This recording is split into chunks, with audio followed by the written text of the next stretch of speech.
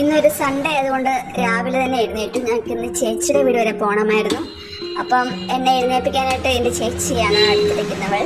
അവൾ ഫോണെ തോണ്ടിക്കൊണ്ടിരിക്കുക. എന്നെ വിളിക്കാമെന്ന വ്യാജേനെ വന്ന് നമ്മൾ ഫോണെ തോണ്ടിക്കൊണ്ടിരിക്കുകയാണ്. കണ്ടോ, പുള്ളിക്കാരത്തി എന്നെ വിളിക്കാൻ വന്ന. പിന്നെ ഞാനും എഴുന്നേറ്റു, പോയി കാപ്പി കുടിച്ച് ഇത് ദോശയും സാമ്പാറും കഴിച്ചുകൊണ്ടിരിക്കുകയാണ്. ഇന്ന് ഞങ്ങൾക്ക് ഒരു സ്ഥലം വരെ പോകണമായിരുന്നു, ചേച്ചിയുടെ വീട് വരെ, അതായത് വെമ്പള്ളി. അവളവിടെ കെട്ടിച്ചേക്കുന്നത്. അപ്പം ഇന്ന് അവിടെ സൺഡേ ആയതുകൊണ്ട് ഞങ്ങൾ എല്ലാവരും പോകാൻ തീരുമാനിച്ചു. അപ്പോൾ പെട്ടെന്ന് തന്നെ കഴിക്കുവാണ്. അതായത് നോക്കുമ്പോഴത്തേ വലിയമ്മയും പൂച്ചയും കൂടെ ഭയങ്കര സംഭാഷണം. അവിടെ രാവിലെ വന്ന് വലിയമ്മയോട് എന്തൊക്കെയോ എന്ന് പറയുക. അപ്പോൾ അതിന് ചുമയുണ്ട്, അതാണ് ചുമയ്ക്കുന്നത്. മരുന്ന് കൊടുത്തിട്ടുണ്ട്.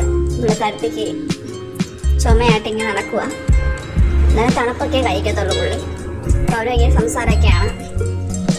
പിന്നെ അത് കഴിഞ്ഞിട്ട് ഞങ്ങൾ പെട്ടെന്ന് തന്നെ ഒരുങ്ങി റെഡിയായി. അപ്പം താഴെ അച്ഛൻ്റെ ചേട്ടൻ്റെ മക്കളുണ്ട്, കസിൻസ്, അവരും കൂടെ ഒരുങ്ങി വരണമായിരുന്നു. അപ്പം ഞങ്ങൾ അവരെ വെയിറ്റ് ചെയ്തെങ്കിൽ നിൽക്കുക. പിന്നെ ഞങ്ങൾ എല്ലാവരും കൂടെ നടന്നു ബസ് സ്റ്റോപ്പിലോട്ട് പോയിക്കൊണ്ടിരിക്കുകയാണ്. താഴെയാണ് ബസ് കയറുന്നത്, 15 പടി എന്ന് പറയും. അങ്ങോട്ട് ഞങ്ങൾ നടന്നുകൊണ്ടിരിക്കുകയാണ്.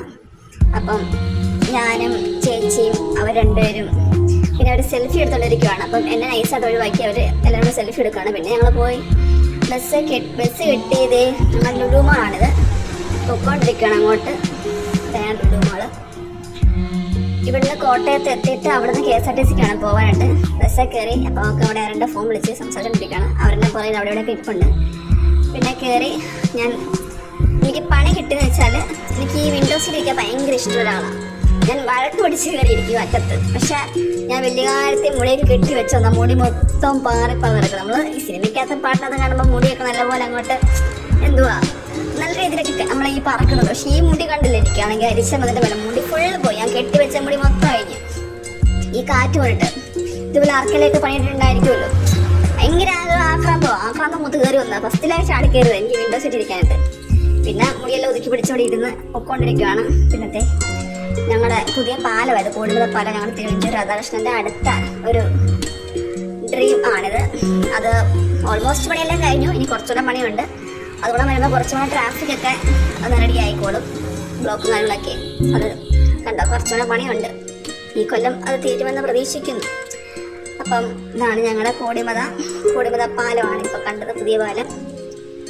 പിന്നെ ഞങ്ങൾ അങ്ങോട്ട് പൊയ്ക്കൊണ്ടിരിക്കുകയാണ്. ബസ്സാണെങ്കിൽ ഭയങ്കര സ്ലോ ആണ്. ഓൾറെഡി ഞങ്ങൾ ലേറ്റായി. ചേനാണ് കോട്ടയം അക്ഷരങ്ങളിലേക്ക് സ്വാഗതം എന്നൊക്കെ ബോർഡൊക്കെ ഉണ്ട്.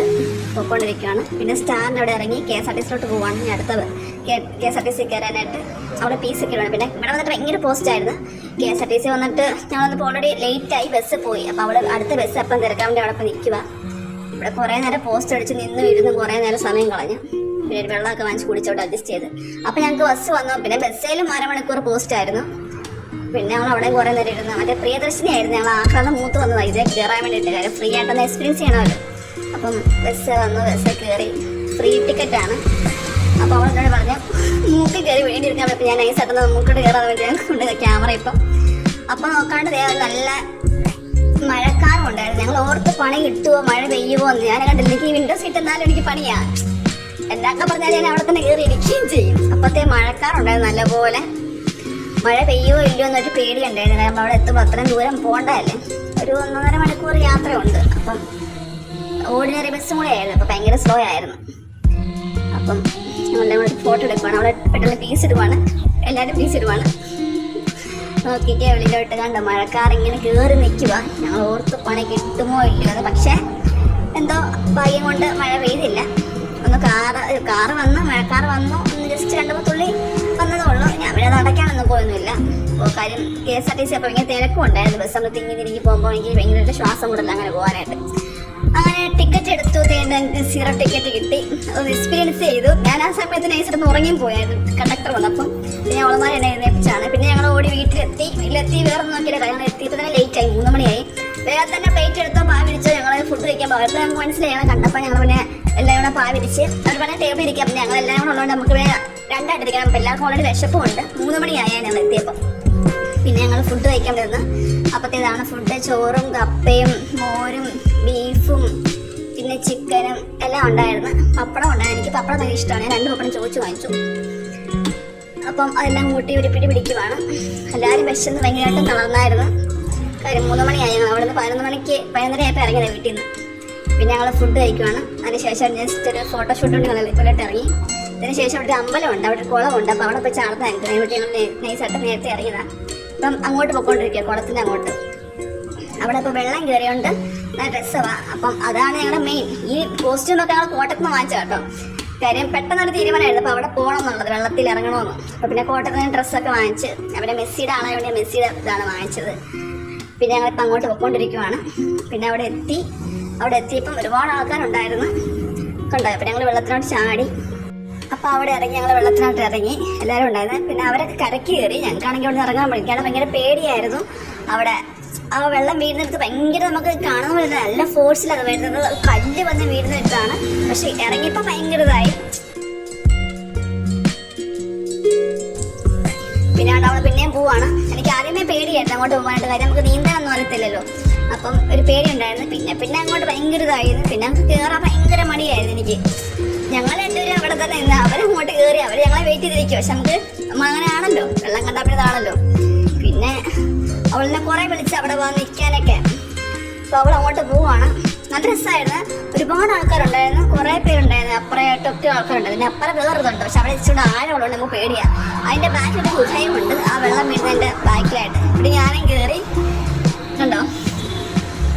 നല്ല ഫോഴ്സിൽ ആ വെള്ളം വന്ന് വീഴുന്നത് നമ്മുടെ ദേഹത്ത്. ഭയങ്കര ഫോഴ്സിലാണ് വെള്ളം വന്ന് വീഴുന്നത്. അപ്പം വിറ്റുക തണുപ്പുമുണ്ട് നല്ല. പിന്നെ ഞങ്ങൾക്കൊരു ബർത്ത്ഡേ പാർട്ടി ഉണ്ടായിരുന്നു. തിരിച്ച് വന്നു. അവിടെ അച്ചമ്മയാണ്, അച്ചമ്മയുടെ വീട്ടിൽ വന്നു. അച്ചമ്മയുടെ ബർത്ത്ഡേ ആയിരുന്നു. അപ്പം അവിടെ വന്നിരിക്കുക. ഇപ്പം ചായയും അവിടെ കേക്കൊക്കെ തന്ന് ഞങ്ങൾ ഇവിടെ ഇരിക്കുക നൈസായിട്ട്. അപ്പോൾ അച്ചമ്മയുടെ ബർത്ത്ഡേ പാർട്ടി പിന്നെ നടന്നുകൊണ്ടിരിക്കുന്നത്. അച്ചമ്മയുടെ ബർത്ത്ഡേ പാർട്ടിയാണത്. അത് ഞങ്ങളുടെ ചേച്ചിയുടെ കൊച്ചാണ്, ഇപ്പറയുന്ന ബ്ലാക്ക്. രണ്ടുപേരും അച്ഛമ്മയുടെ ബർത്ത്ഡേ. രണ്ടുപേരും അങ്ങോട്ട് നിന്ന് കൈക്കൊക്കെ പിടിച്ച് കേക്ക് മുറിക്കും. അവന് ഭയങ്കര ഇഷ്ടമായി കേക്ക് മുറിക്കുമ്പോൾ പിടിക്കാനായിട്ട്. അപ്പോൾ അവനങ്ങോട്ട് ഓടിപ്പോയതാ. പിന്നെ കേക്ക് മുറിച്ച് ആഘോഷിച്ചു ഞങ്ങൾ.